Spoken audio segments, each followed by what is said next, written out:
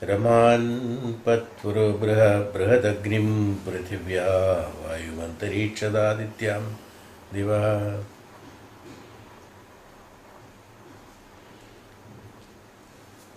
The Prajapati, who is the controller of the universe. In the sense, every Atma, every human being is a Prajapati at one point of time. If he knows how to lead his life in the right manner, he becomes a Prajapati of him. So he says, he, Prajapati, when he meditated and brooded over the worlds, that is tapasya, brooding means going into the penance and then contemplating on that, then he extracted their juices when they were being brooded over. Tapaha, it is fire from the earth and the air from the space and sun from the heaven. Vayumantariksham adityadityam divaha. Sun from the heaven. That means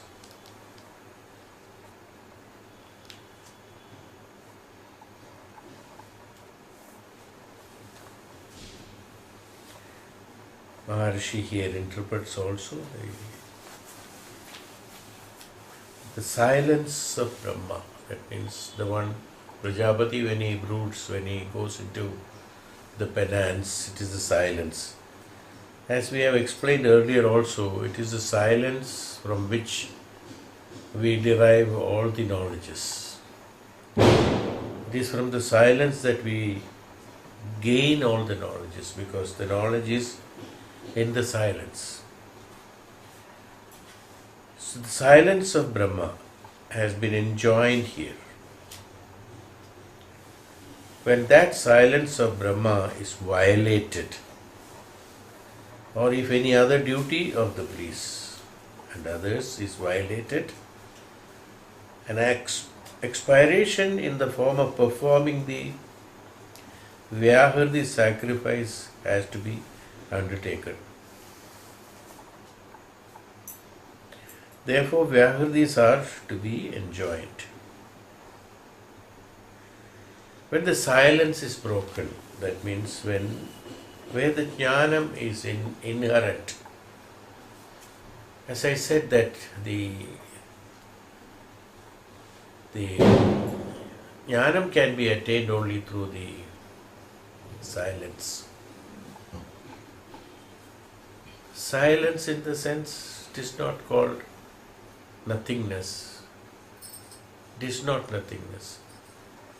Silent means there should be no activities to the Jivatma, to the Mana and the Antakarana. The Antariksha is always vibrant. Jnanam is vibrant. Brahmaloka is vibrant.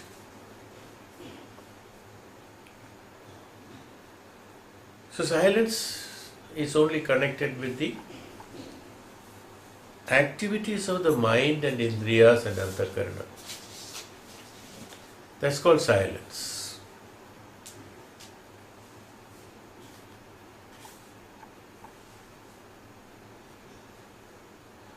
In a normal way, we say, oh, it is so peaceful and silent. No.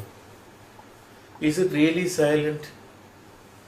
There are so many sounds that is going on which your ears cannot perceive it because your instrument is not capable of listening to it. There are so many small tiny sounds keep on going. But only when we are able to listen something which is interrupting that silence, we call it as the interruption of the silence. So the silence is not that what we think that there should be nothing. It's not silence. The silence is that which is creating agitations for the performance of the sacrifice in the human antaratma. That's called silence. In order to perform a sacrifice, there has to be silence. Yes, in order to pray, in order to worship, there has to be silence. In order to have upasana, there has to be silence. Nididhyasana, there has to be silence.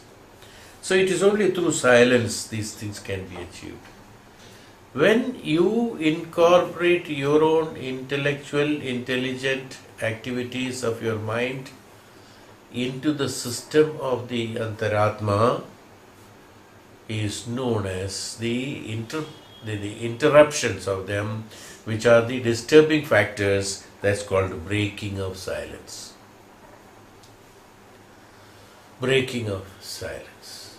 Yes. Even though one wants to keep quiet, silent, the mind keeps on functioning. He is not in mauna. I have told about mauna, I think, long back. Maneti maunaha. If mana is not there, mauna is there. If mana is not there, mauna is there. That means it's not that the mind is not there. The activity, the agitating activities of mind should not be there.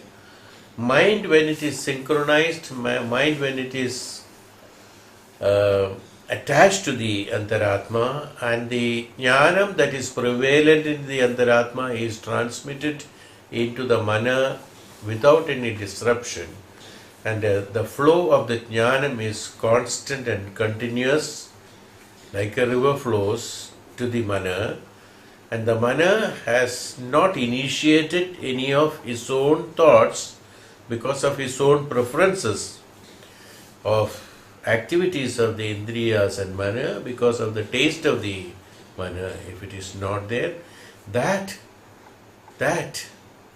time or that era or that period, that instance is called silence. The constant jnana, because jnanam is not agitating. Jnanam is silent. Jnanam is a flow. Now, when it is flowing without any interruption, we say, oh, it is flowing beautifully well. When there is a rock in between, there is an agitation created. There is an obstruction created. The flow is improper there because it is not uniform. So that what is uniform is called a flow, and that which is a constant flow is called the silence. When it is constantly flowing, the same amount of, suppose let us say 350 cubic meters of water through a particular orifice constantly, there will be no agitation actually. When there is a disruption of the flow, sometimes it is 300, sometimes it is 350, then there will be an agitation. Then there will be ups and downs. So then there is an agitation created. So when there is no agitation created, that means the agitation is created only by mana. Mana is because of whims and fancies and the ahankara, nothing other than that. Why the mana is agitated? The mind, whosoever mind is agitated very high, whosoever mind is active throughout, creating lots of agitations, is because of the ego center actions of the physical plane. The egocentric actions on the physical plane is very highly vibrant, is the reason why there are agitations. That means there are a lot of expectations, desires and in the physical plane. That means in the sthula avastha, one is concentrating on the sthula avastha at a very high intensity. When one is concentrating on the sthula avastha at a higher intensity, the mind is agitated. These agitations, when the agitations taking place, one cannot brood over the silence. It is not possible. Brooding over the silence is called non-agitative states of the mind. Only at that point of time one can brood over the silence, brood over the jnanam. So that is what is called the Brahman. The Brahma is called the priest, or the one who is a priest. Priest is the one who does the sacrifice, is the priest. The one who does the sacrifice is a priest. Yes. The priest means not only the priest who is doing the puja. Yes, absolutely. That's how the name pujari has come, or the priest has come. Because the one who does this sacrifice, the one who is really doing the puja, the one who is really doing, what is a puja? Puja is nothing but sacrifice. When you are offering the pushpam, a particular amount of sacrifice, the slokas, when you translate, you can understand that is a sacrifice. Aham samarpayami, gandham samarpayami, gandham samarpayami. All my attractions towards the fragrance. What is gandham? Gandham is I am attracted. It's an emotion. Gandham is again through an instrument. You see, through I can smell. When I can smell, I identify this is good, this is bad, this is right, this is wrong. Or this is pungent, this is mild, this is strong. No. We have classifications of the smell. No. The smell is identified through an instrument which is called an indriya. So gandham is that capacity of the indriya, of the gandhendriya, is samarpayami. Pushpam samarpayami.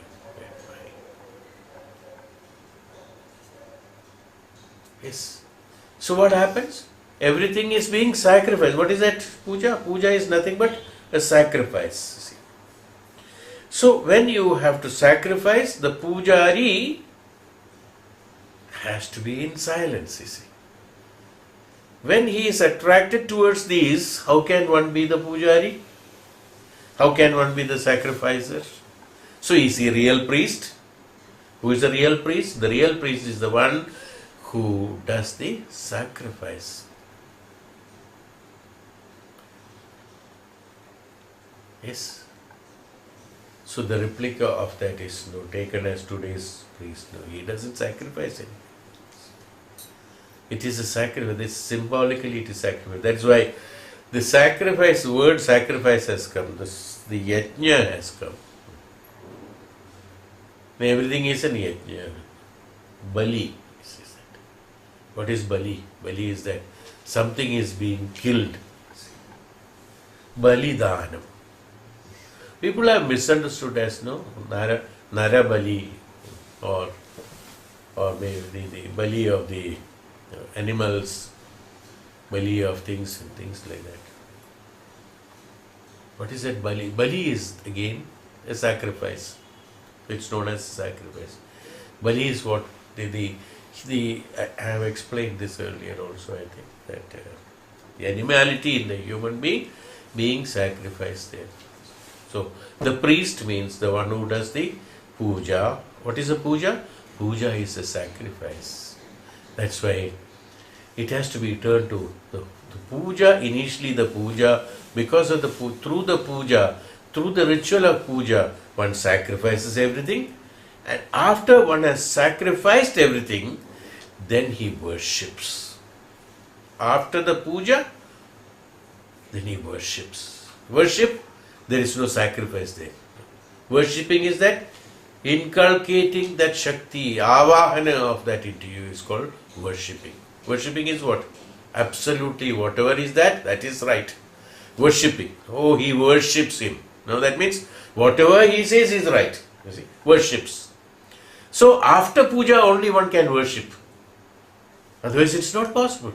If you have your own opinions and ideas and tastes, yes, how can you worship somebody, someone or something? Not, yes, you cannot worship. So worship has to be developed in us. That's called upasana and nididhyasana. In order to have worship, the sacrifice is necessary. Puja is necessary. That's why the initial status, as I told you in the beginning also, earlier also, in the spirituality, the initial activity of the ritual has been put as in every human being, for every household, every small and big and all that, do puja. So we whichever way you want. Sacrifice. Unless that sacrifice is done, so he says the silence of the Brahma has been enjoined here. When the Brahma is, the silent duty of the Brahma is violated. The violation comes when the sacrifice is incomplete, worship is not there, when the silence is not there. The silence is agitated, the silence is broken. The silence is broken or silence is disturbed when the mind is agitated. The agitation happens only when one is conscious in the conscious level. That is why here in Chhandogya Upanishad, Saprapancha Upasana he has told. And in the Chhandogya and in the Brihadaranya Upanishad, the Aprapancha Upasana he has told. Where the Prapancham is not there. That is in the Brihadaranya, that's above. Here, everything concerning about the Prapancha he is talking about. Saprapancha Upasana he is talking about. We are dealing with all connected with the Prapancha. We are all connected with the living of the normal human beings living. Brahmacharyatvam and Grihastvam and, and puja and sacrifice and this. Everything is being described here, whereas in the Brihadaranya Upanishad is Aprapancha Upasana. That one has to be ready for that. You see, that's absolute sannyasa, absolute moksha prapti there in that. And it is there, no Saprapancha Upasana is explained. So, it is not to be understood. So, that's why the Brihadaranya Upanishad, many people do not read, many people do not take, they don't know also. It is not possible. Because it is not to be understood. Why? Because it's aprapancha, it's beyond the prapancha, beyond the mana, beyond the understanding, beyond the intelligence, where there are no rituals are involved in it. See? Absolutely nothing. It is beyond that. See, if one is able to be there, then only that Upanishad explains about that. Then only, after that only, then comes the Sannyasa Upanishad and Nirvana Upanishad and things like that will come above that. And then only it is possible to understand. Okay, this is Saprapancha. So he says that here, in this what happens? So we have to create that silence. The Brahma is that. The Pujari has to create that silence. And through silence only, he will be in a position to sacrifice. And unless that sacrifice is made, the identification of the Brahman is not possible. Identification is not possible. Not only that, then one will not be able to come out of this Prapancham. One will be entangled in the activities of Prapancha. As we said, doing a good karma is not necessary has to be dharmam. Oh, I did so many things, or so many in karma, good karma. Good karma, executing good karma doesn't mean that it is dharmam. Dharmam has to be identified separately, which is what is dharmam. So, dharmic way of living, I always specify dharmic way of living, not the karmic way of living. I never said during all these discourses, probably when you listen to my previous ones, you will definitely listen dharmic way of living. What is dharmam has to be understood very well, very clearly. It is not only karma, it is execution of karma is the purpose why you are born. You have to execute that karma, but the karma, execution of that karma should be dharmically executed. Pakshabhada should not be there. Yes. What is Pakshabhada? Eh?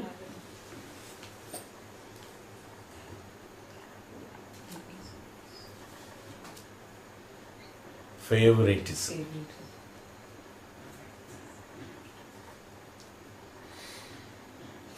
Is it not? Whom are you favoring? Who should be favored? First of all, one should understand it. Then you will understand the meaning of it. Who should be favor, where you should apply your favor. Who should be favored on?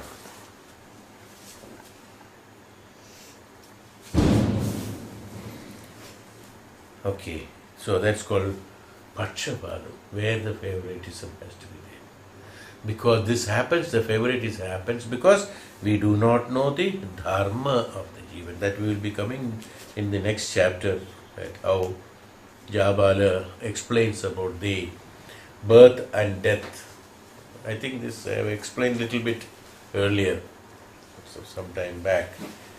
Anyway, we will be talking about it. So when we are talking about that birth and death, we will understand that what is the necessity of Pakshapada. Whom should you favor? Favor is again an anticipatory expectation. It's again an anticipation of expecting something. It's again a desire. It's again a desire. Is why that favor takes place. Why should I do? Why should I favor someone? Because I have got an inclination towards certain things. So what is that? Why that inclination? Because I want to derive some benefit out of it. I have a desire out of it. I want to derive a benefit out of it. Is that why you are favoring? Is it not? Otherwise, will you favor? No. You have a specific purpose behind it. So when you have a specific purpose, then the whole karma is not dharmic. In a dharmam, when you're doing a karma with a specific purpose out of that, what you want to derive is not dharmic. Dharmam is that do a karma without a specific intention behind it, or without intention in the sense, without deriving a benefit out of it, without having a vyavaharika vichara out of it. When that vyavahara comes, when the business comes out of it, this is why I have to do it. I have to do it. Why? Because I have to derive that. You see. We have to understand these things very clearly. Chhandogya Upanishad, since this Aprapancha Upanishad, we have to discuss all this, and they are very minute points where the mind goes into the action of adharmic way of living, and we think we are doing dharma. And unfortunately, it is adharma. Yes. Suppose there is a temple, there is a Swami's ashram, okay. Evening, loud bhajans are going on. The next door, there is a neighbor who has a severe heart attack. The sound disturbs him. He dies out of that because of this disturbance. It can happen, is it not? It's not comfortable. He wants peace. Suppose it is disturbance. I am just telling an example. Is that bhajan done? Is dharmam? Is that karma done? Is dharmam? No, it is not dharma. It's not dharma. You understood now what I mean to say there? You ask them, what are you doing? Bhajan to the God. How it cannot be dharma? Is it not? What do you think? How it cannot be dharma? Yes, if everybody is enjoying it, then it is dharma. Fine.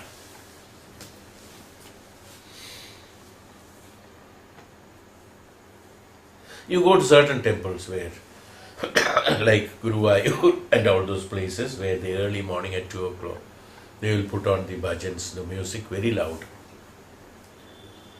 But surrounding whole area, only visitors to come to the temple, only they are there. The inhabitants of the particular place, it's absolutely an isolated area. And all hotels and the guest houses are there. People come from far, they stay. All of them enjoy it. It's an alarm for them, it's getting ready for them, and also they enjoy it. If that is happening, it is dharma. Yes. But if in a place like this, suppose we do something like that, which is creating nuisance to the others, is it dharma? Even though you are doing a very, very, very noble act, no doubt about it. But will it be called as dharma? It won't be. So whether it is ashram or whether it is temple or whether it is this, that, whatever human being, whatever karma human being is executing, it has to be in a dharmic way that applies to our own lives in day to day from morning till night. Then only it is dharma. Then only we will be in a position to be in silence. First of all, this has to be practiced.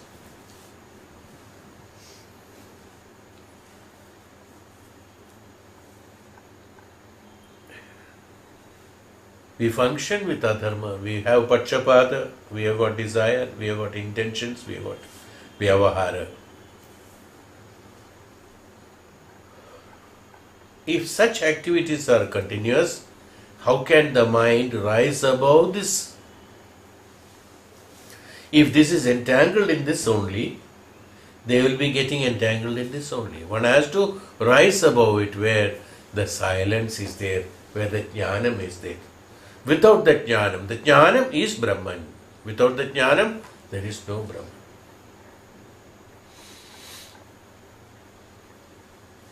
That's why it has to be very clearly understood. Vedanta emphasizes to have the jnanam. Jnanam doesn't mean, please don't again, oh, how is it possible to understand everything? No. Don't have to know all the Upanishads. Don't have to know all the Vedas. Don't have to know all the shlokas. Don't have to know anything. You have to know the differentiation between what is karma, what is dharma, what is jnanam, and what is brahmacharya. This has to be known in whichever manner it is. If once it is known, if you are a true brahmachari, then through the upasana you are attaining the jnanam automatically.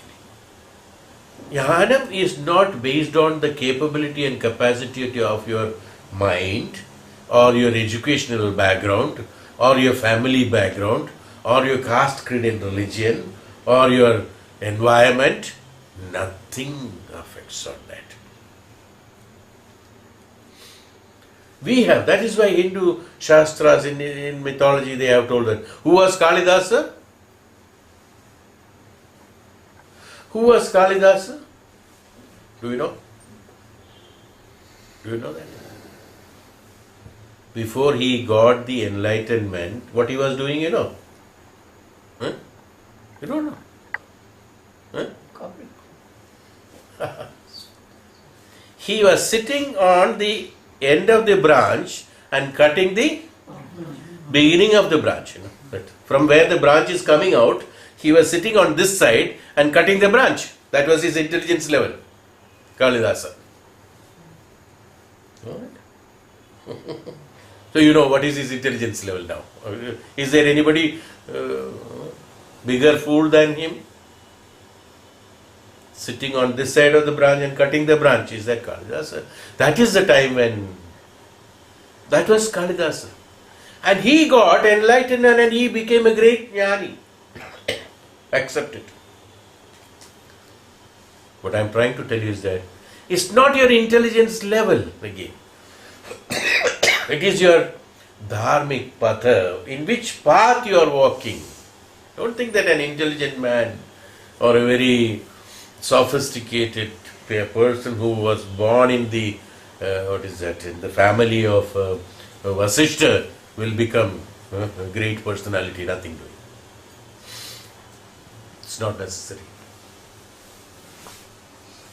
Mere fool, like his name was something else, Kalidas says.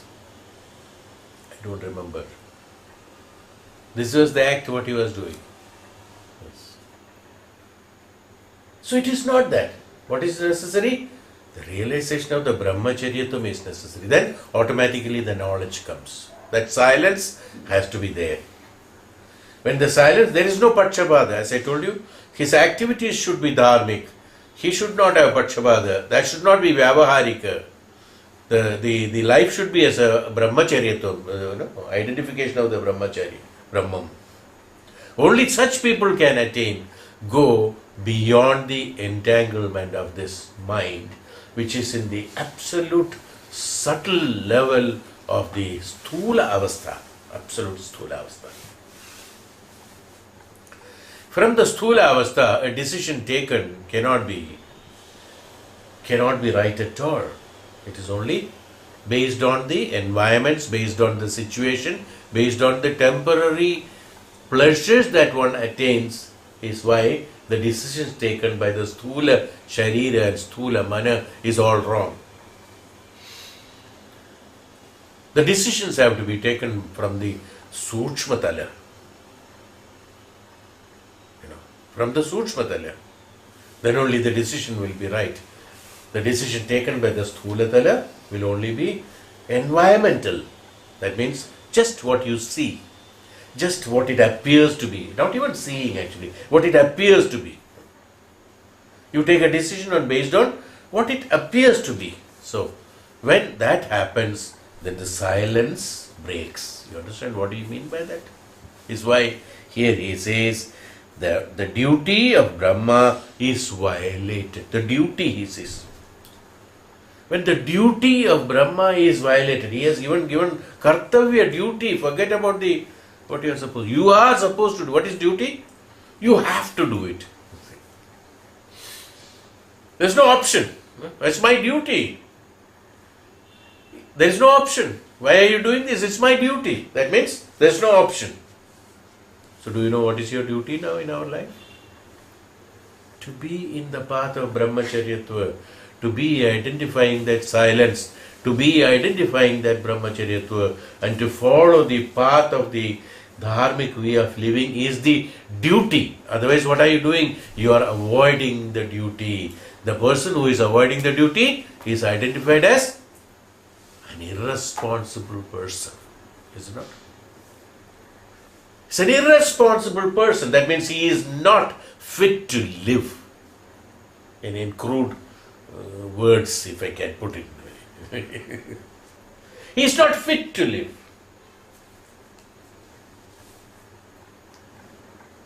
But he lives. I only said he is not fit to live, that's all. He can live.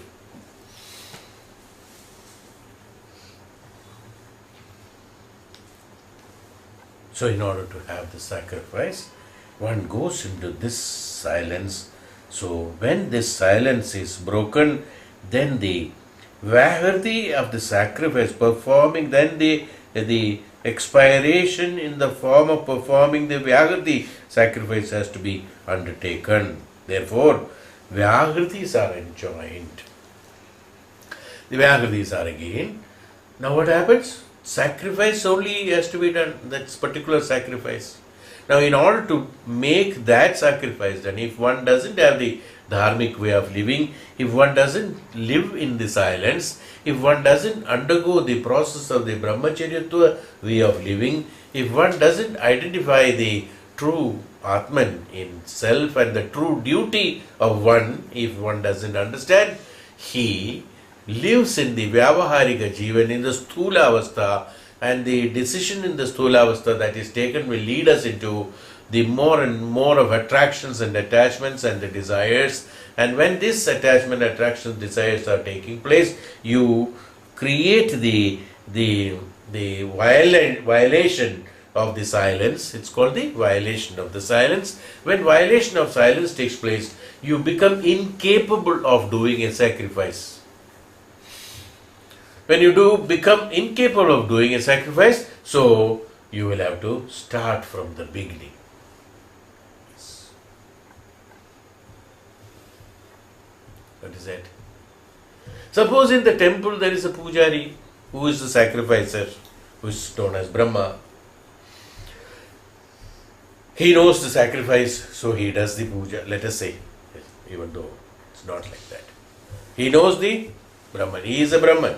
He knows the sacrifice, he is doing the puja.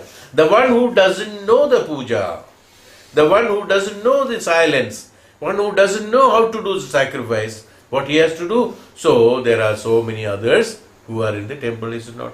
One will have to go and bring tulsi leaves. So his job is only to go every day, plug the tulsi leaves. Teaching that. That's what the human being, what I am talking about. I am not talking about that man. I am talking about the people. He has to start learning how to go to the garden and how to pluck the tulsi leaves. There is a way also. It's not that the tulsi leaf and bring it. Is it that? For puja, you have to, there is a particular way. Which type of tulsi leaves have to be taken. How it is to be broken without breaking the plant, and should not be broken during the sandhya, after the evening is done. The sunlight should be there, the plant should be awake, there should be mantra chanted, and ask the permission of the tulsi plant, shall I take your leaves for the worship of the Lord? There is a particular chanting. You have to chant that, you have to bathe yourself, you have to please. See? Why these rituals? To pluck a leaf, is all this necessary? Not necessary. Not necessary. Why? Then you have to do all this? He says you have to bathe. Without bathing, you should not go and pluck the puja flower, the tulsi leaf. And you have to chant this mantra. You have to only go to particular plants, and then only those leaves have to be plucked. And how to break it, how there is a method. You cannot pull it, you cannot break it. You cannot disturb the plant while breaking that. And which are the leaves? What sort of very tender leaves should not be broken. They are children, like children. They have to be allowed to grow. So tender ones should not be broken. So the buds cannot be spoiled. Seeds cannot be spoiled. The leaves which are at a lower level, below the 1, 2, 3 levels, or 2 levels, or whatever it is, only those have to be broken. Because today or tomorrow they will fall off and die. So those can be taken, and that has to be taken. And while taking it, you have to take it in such a manner, you have to pluck it in such a manner at the stem, just below the stem, you have to just prick and then pluck it, so that it doesn't tear the skin. Otherwise what happens? You pull it, it will tear the skin. It should not tear the skin, it should not tear the leaf. Then chant it and place it in a clean, whatever you carry, please. Why? Cleanliness is necessary. So what are you learning? Before sacrificing, all these things are necessary. Now, a person who doesn't know the silence, person who doesn't know the dharma, person who doesn't know the brahmacharyatva, person who doesn't know the duty, he has to start learning from that, plucking the leaves of tulsi leaf with all these rituals. So that by the time he plucks the leaf, then he has to come. Then there are so many things, parameters. Then he should know how to light a lamp, how to pour the oil, and which side of the wick should be facing, and how the wick has to be placed, whether 1 wick has to be placed, 2 wicks have to be placed, 5 have to be placed, and in which direction it should be, and how the lamp should be, what should be the shape of lamp, what should be the depth of lamp, everything has got specifications. And how it should be placed, how it should be handled, and things like that. So he has to have. Then in which way? Suppose there are 5 lights, how you have to light the light? How you will light? Suppose there are 5 wicks. You can light it like this. You can light it like this. You can light like this, like this, like this, and like this. All the 4 sides. No, there are ways. So, how to light the lamp? For which purpose the lamp is placed and how the lighting has to be done, and there are different specifics. In a temple, how the light is to be lighted, how in a house, how to be lighted. These disciplines have been, doesn't have, ultimately this all nothing have been. Why? This to make you learn the discipline of going into the brahmacharya silence. What happens here? You are learning the concentration and silence by doing all this. Then what is it meant for? All meant for sacrifice. All meant for sacrifice. Does it have any meaning? It has a meaning for those person who has done the vyavahara. That's what I said. People who doesn't know the duty or doesn't know the meaning of the dharmic way of living, he has to start from the grassroots level of plucking leaves. Then only one learns. That's why he said that if that's in Vyahritis are to be enjoined, You have to undergo all these practices. Start from cleanliness.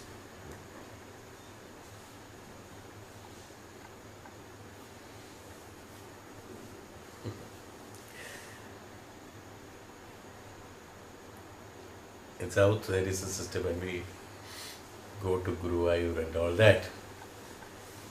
Parents will be there. They take the children away us along with. 2 in the morning, 2:30 in the morning is the first puja to be attended. So now you can imagine getting at 2 o'clock for a child of 10 years, 12 years, 15 years, whatever it is. The problem, first of all. Then you have to bathe. No, you have to before that. You cannot go just like that. You have to bathe yourself. Then you can go. So you have to bathe also. Now you can imagine getting up itself is a problem for the children. I'm just joking. I mean, the facts I'm talking about. But normal person says. Now we understand what it is. But when we're children, we don't know. Getting up itself is a problem. Then go and bathe. No. You know what we do? We go into the bathroom. Only thing, just pour water. It's not bathing. Getting wet. So when you come out, the mother will touch the hair, to see whether it is wet or not. So we know that. So this has to be wet.